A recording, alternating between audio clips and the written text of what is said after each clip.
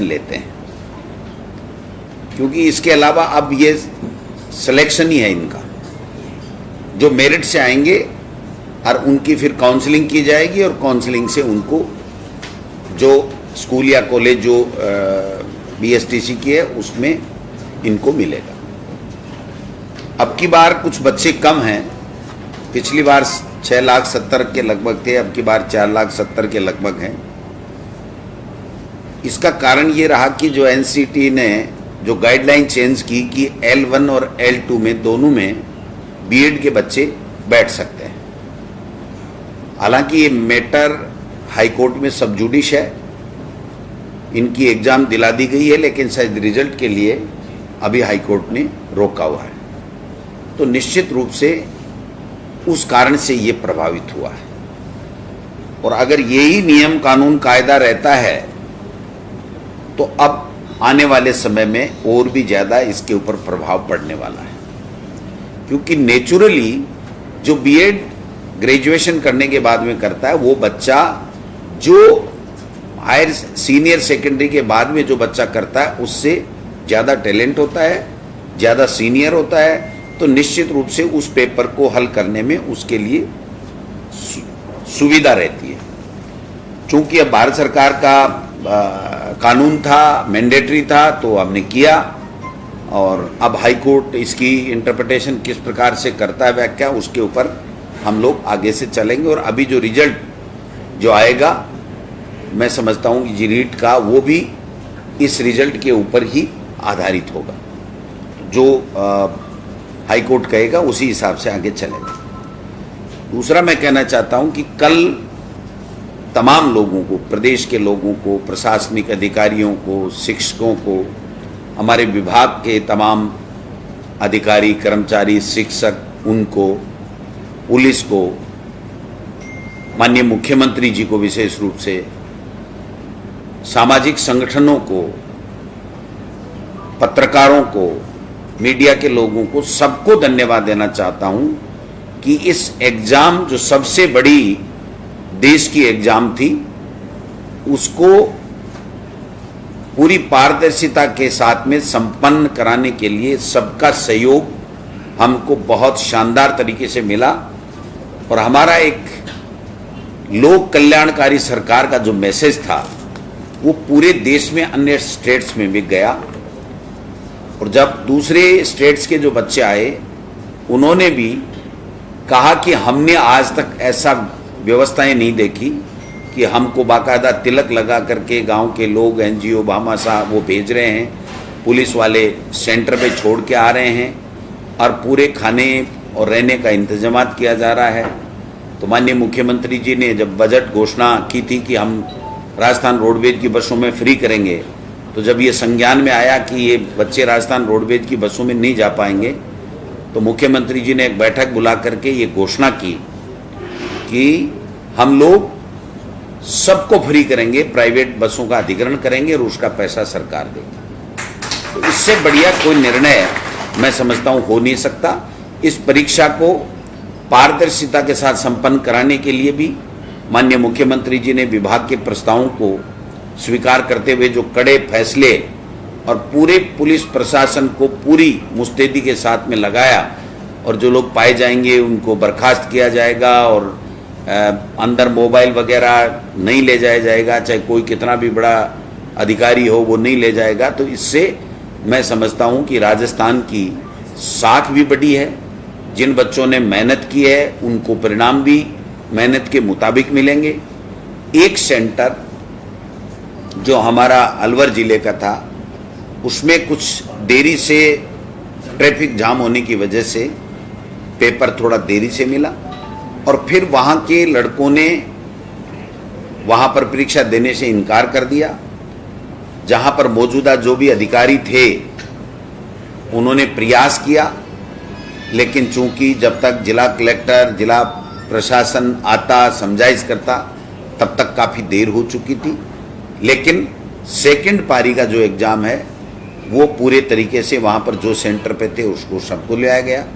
आप सबने मीडिया में चलाया है, आप सबको पता है कि किस प्रकार से कैसे कैसे प्रयास किए गए लोगों के द्वारा। चप्पलों में सिम डाल दी गई, कई सरकार के हमारे विभाग के शिक्षकों का भी नाम आ रहा है, पुलिस के कर्मचारियों का भी नाम आ रहा है। तो मैं समझता हूं इस बात को जो घोषणा माननीय मुख्यमंत्री जी ने की है उसी के संदर्भ में देखा जाएगा, इसमें किसी को शंका करने की आवश्यकता नहीं है।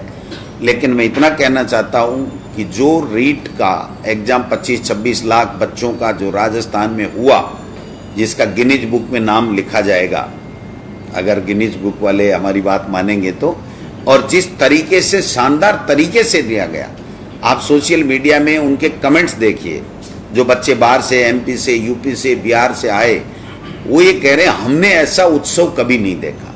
यानी अपनी एग्जाम को वो उत्सव के रूप में लोगों ने परिवर्तित किया। इसके लिए मैं विशेष रूप से तमाम जो भामाशाह और जो लोग इस व्यवस्थाओं में जुटे थे, सरकार के कार्मिकों की तो ड्यूटी थी, लेकिन वो जो लोग जुटे और जिस प्रकार से खाना और व्यवस्थाएं दी, मैं समझता हूं हम उनको सैल्यूट करते हैं कि ऐसे लोगों ने एक अच्छा उदाहरण पेश किया जिससे हमारे राजस्थान प्रदेश का उन्होंने गौरव बढ़ाया है।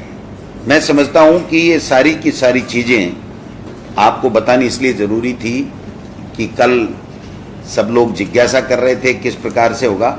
अभी मैंने नोडल एजेंसी को, निदेशक महोदय को कहा था कि आप बात कीजिए कि हम इस सेंटर के बारे में और जो बच्चे उस सेंटर के ऊपर पर्टिकुलर रह गए उसके बारे में हम लोग क्या करने वाले हैं।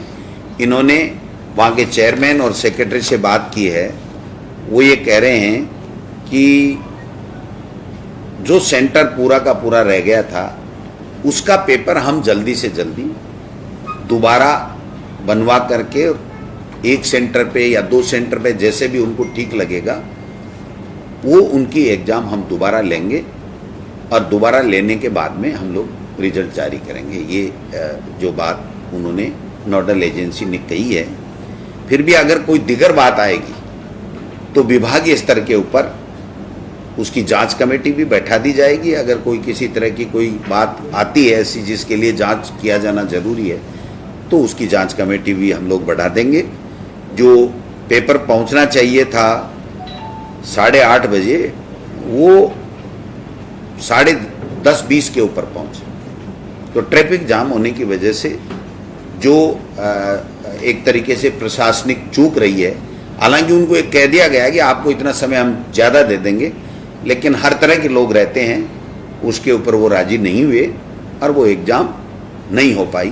तो ये एक त्रुटि मैं समझता हूँ कि प्रशासनिक व्यवस्था के ऊपर भी रही, लेकिन वो मजबूरी में हुई क्योंकि अब ट्रैफिक जाम होना किसी के बस में नहीं है, नेशनल हाईवे था। तो मैं समझता हूँ ये सारी चीज़ें हुई है, इसके लिए हम लोग उन बच्चों का नुकसान नहीं हो इसलिए हम ये एग्ज़ाम दोबारा लेंगे।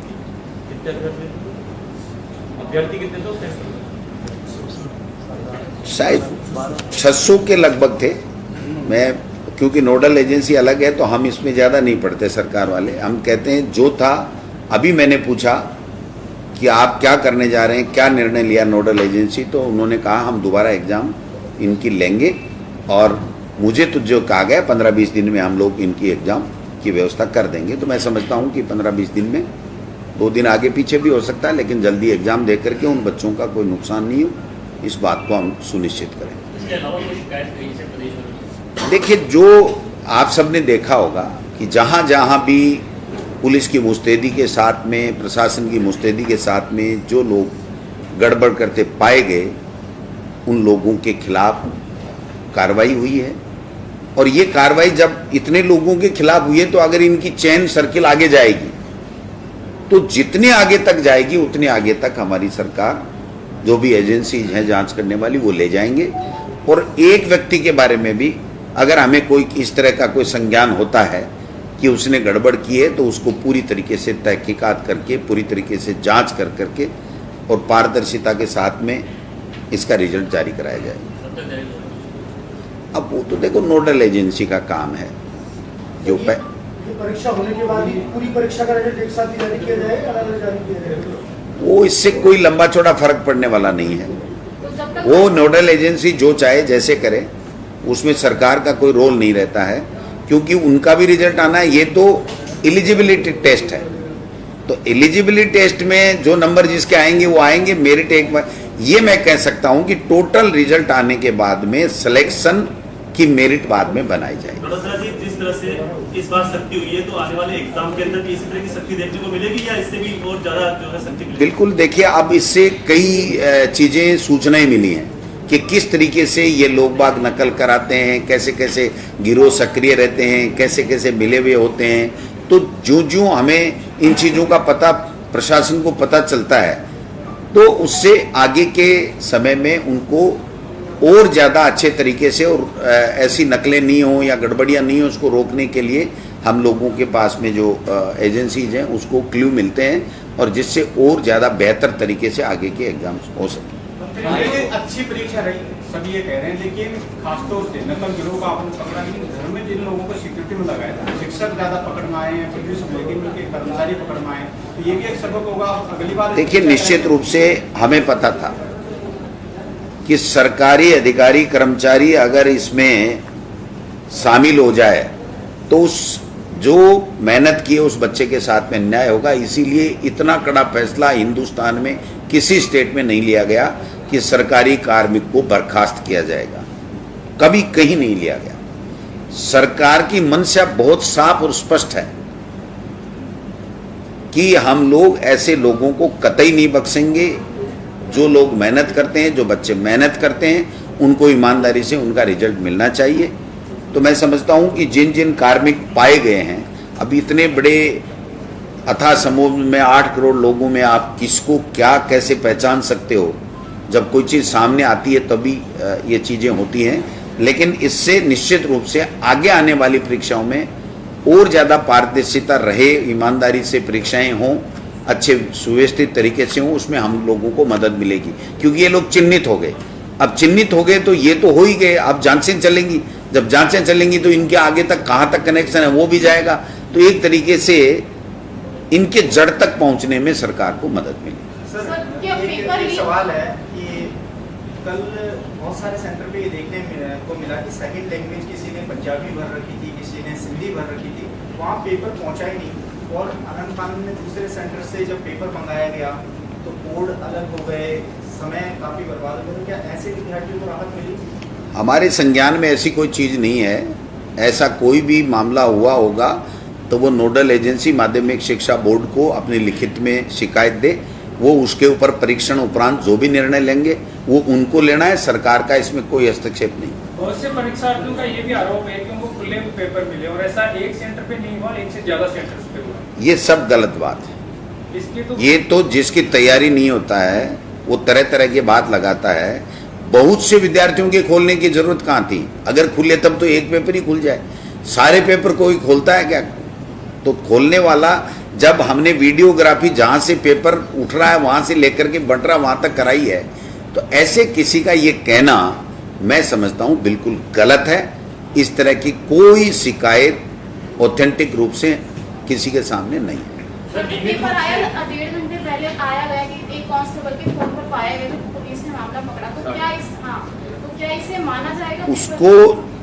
उसको तय तक जाएंगे कि कितने लोगों तक ये पेपर पहुंचा है, उन सब के खिलाफ कार्रवाई होगी। उनका इस रिजल्ट से कोई लेना देना नहीं रहेगा। अच्छा सर, जो हाई कोर्ट में अभी पेंडिंग है मामला आपका बीएड वाला, तो जब तक वो क्लियर नहीं होगा तब तक क्या रिजल्ट घोषित होगा या निश्चित रूप से देखिए, जो कोर्ट का आदेश को देखना पड़ेगा। जो मुझे मेरे संज्ञान में लाया गया है कि कोर्ट ने अभी इसको परिणाम के लिए बीएड वालों के परिणाम के लिए रोक रखा है। तो निश्चित रूप से कोर्ट का हम लोग प्रयास करेंगे कि जल्दी से जल्दी इसके ऊपर मेरिट के ऊपर जो भी डिसीजन कोर्ट करे जिससे हम लोग आगे बढ़ सकें। तो इसके लिए हम एजी साहब से आज मैं स्वयं भी बात करूंगा और विभागीय अधिकारियों को लगाएंगे कि हम जल्दी से जल्दी कोर्ट से इसमें जो भी निर्णय आए वो लें। सर, आपको लगता है कि जिस तरह से ये व्यवस्था हुई है, हर एक जिले में दूसरे जिले में जा रहे हैं, क्या हर एक जिले में अलग से इंडिविजुअल हो ताकि ये जो तैयारियां आप लोग बार बार आपको नहीं करनी पड़े कि इंडिविजुअल हर एक जिले के एग्जाम?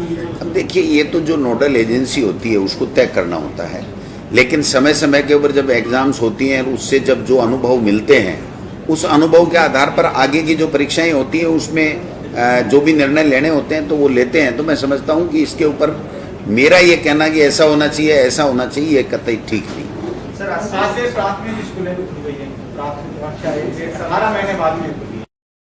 बच्चों का, अभिभावकों का, आप सबका, क्योंकि आपके बच्चे भी तो पढ़ ही रहे हैं ना। तो निश्चित रूप से इस कोरोना के कारण से जो 1.5 साल का दंश जो हमने झेला है वो कभी भूलने वाला नहीं है, लेकिन फिर भी सरकार ने बहुत कोशिशें की और सीनियर और जूनियर क्लासेज के पहले हमने स्कूल चालू कर दिए थे। अभी हम प्राइमरी वाले सारे कर रहे हैं और अब की बार निदेशक महोदय ने काफ़ी अच्छा इसमें मेहनत की है और इन्होंने कहा कि भाई किस तरीके से हम ईश्वर ना करे दोबारा आए, लेकिन आए तो हम पहले से ही इन बच्चों का टेस्ट लेते रहें जिससे पता लग सके किसको कितना क्या मार्किंग देनी है, जिससे उन बच्चों के साथ में किसी तरह का अन्याय नहीं। आवेदन दिए थे लेकिन अभी भी इंतजार है। हाँ, वो पॉलिसी बन रही है, पॉलिसी इसकी पॉलिसी बन रही है, गाइडलाइन बन रही है और गाइडलाइन बनने के बाद में आप निश्चिंत रहें, 3rd ग्रेड के ट्रांसफ़र भी होंगे। लेकिन 30 तारीख अंतिम तारीख इससे पहले होगी। सरकार तारीख बढ़ाती रहती है। मंत्री जी, कुछ राजस्थान के बेरोजगारों की ओर से मांग उठती आई है कि जब भी इस तरह की कोई परीक्षा हो तो उसमें राजस्थान के बेरोजगारों को कुछ बेनिफिट मिले दूसरे राज्यों की तुलना में, क्योंकि दूसरे राज्य के भी यहाँ पर आकर के परीक्षा देते हैं, तो क्या उनको बेनिफिट उनको मेहनत करने से ही मिलेगा मेरे भाई। जो हमारा कॉन्स्टिट्यूशन है वो जो चीज़ हमको अलाउ करता है वो ही कॉन्स्टिट्यूशन के हिसाब से हम चल सकते हैं। तो मैं तो तमाम बच्चों से कहना चाहता हूँ कि उनको मेहनत करनी चाहिए। आज विदेशों में भी अमेरिका, यूएस, जर्मनी, वहाँ पर भी ये लोहा मनाते हैं हमारे इंजीनियर। तो मैं समझता हूँ कि हमारे बच्चों को मेहनत ज़्यादा करके प्रयास करना चाहिए, लेकिन जो संविधान में जो व्यवस्था है, जो कानून है, उसके मुताबिक ही हमको चलना पड़ता है। किसानों का देशव्यापी बंद है, बिल्कुल। लगातार पहले बहुत अच्छा आंदोलन कर रहे हैं। बिल्कुल, हम सब लोग उनके समर्थन और मैं प्रयास करूंगा कि मैं भी एक जगह वहां पर जाकर के उनके बंद में शामिल हूं। निश्चित रूप से किसानों के साथ में केंद्र की सरकार 10 महीने से अन्याय कर रही है, अत्याचार कर रही है, उनकी सुन नहीं रही है। और ऐसा तो आज़ादी से पहले जब अंग्रेजों के हम लोग गुलाम थे तब अंग्रेज भी इस तरीके के जुल्म तो नहीं करते थे जो आज मोदी सरकार हमारे देश के किसानों के साथ में जुल्म कर रही है। और इस जुल्म का खामियाजा ऐसा भुगतना पड़ेगा इनको, चाहे ये कितना ही मंत्रिमंडल का फेरबदल कर लें, चाहे कितना ही रात को 11 बजे आकर के वो कौन सा विस्टा है उनका, सेंट्रल विस्टा का अवलोकन कर लें। ये गुमराह करने वाली बातें हैं, ये ध्यान भटकाने वाली बातें हैं। आप देश का प्रधानमंत्री अगर कोई कंस्ट्रक्शन चल रहा है उसमें क्या देख रहा है भाई? उनको इंजीनियरों को भेजने चाहिए कि क्वालिटी का काम हो रहा है कि नहीं हो रहा है, नक्शे के मुताबिक हो रहा है कि नहीं हो रहा है। वो कोई बगीचा थोड़ी है, बाग थोड़ी है जो टहलने जा रहे हैं। लेकिन ये तो देश के प्रधानमंत्री हैं। अब इनको तो मतलब बस कोई न कोई ऐसी न्यूज बनानी जिससे जो प्रमुख मुद्दे जनता के, देश की जनता के हैं, उनसे लोगों का ध्यान हट जाए। मंत्री जी, लेकिन बंद का असर आज जयपुर में तो देखने को नहीं मिल रहा है। आप लोग सहयोग कीजिए, आप भी किसान के बेटे हैं, या किसान का जो अन्न पैदा करता है उससे हमारा परिवार चलता है, तो निश्चित रूप से हम सबको सहयोग करना चाहिए। महंगाई बहुत इशू होता जा रहा है, डीजल पर 4 दिनों में तीसरी बार दरें बढ़ी हैं, 100 रुपये लीटर होने जा रहा है। कांग्रेस की खासतौर से केंद्र को लेने जो सुनने वाला उसको सुनाया जाए। जब केंद्र सरकार सुनने का नाम ही नहीं ले रही है, गूंगी बहरी हो गई, तो हम सुनाएं किसको? आंदोलन कांग्रेस कर भी रही है। 1 तारीख को दिग्विजय सिंह जी आ रहे हैं, वो पूरी महंगाई के ऊपर, पेगासिस के ऊपर, सब चीज़ों पे अपनी बात रखेंगे अखिल भारतीय कांग्रेस कमेटी की तरफ से। और आप और हम सब देख रहे हैं कि किस गति के साथ में पेट्रोल, डीजल, गैस और अन्य जो खाद्य वस्तुएं हों, चाहे आम उपभोक्ता की आवश्यकताओं की चीज़ें हों, उसमें किस प्रकार से दाम बढ़ रहे हैं। लेकिन कोई भैया सुनने वाला नहीं है।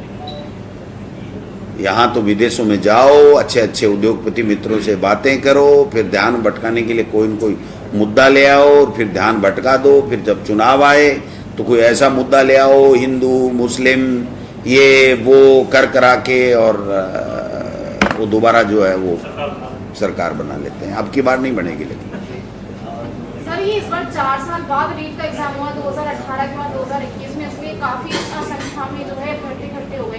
तो क्या इसकी नियमितता रहेगी आगे या कोई इसका पैटर्न बनाया जाएगा आगे? देखते हैं, जो भी बनता रहेगा। समय समय पे सब चीजें सुधरती रहती है। जो भारत सरकार का शिक्षा मंत्रालय है वो कोई गाइडलाइन दे दे, एनसीटी कोई गाइडलाइन दे दे, या हमारे कोई कानून में कोई किस तरह की बात आए, तो इसमें सब पे संभावनाएं चलती रहती हैं। आज की तारीख में तो जो चीज़ है ना उसी को फाइनल मान के चलाओ। Thank you. अभी तो कल से सरकार फ्री हुआ है अभी तो। 2 साल का कार्यकाल बचा है, इससे पहले वो रीट के एग्जाम की हो पाई। क्या चीज़?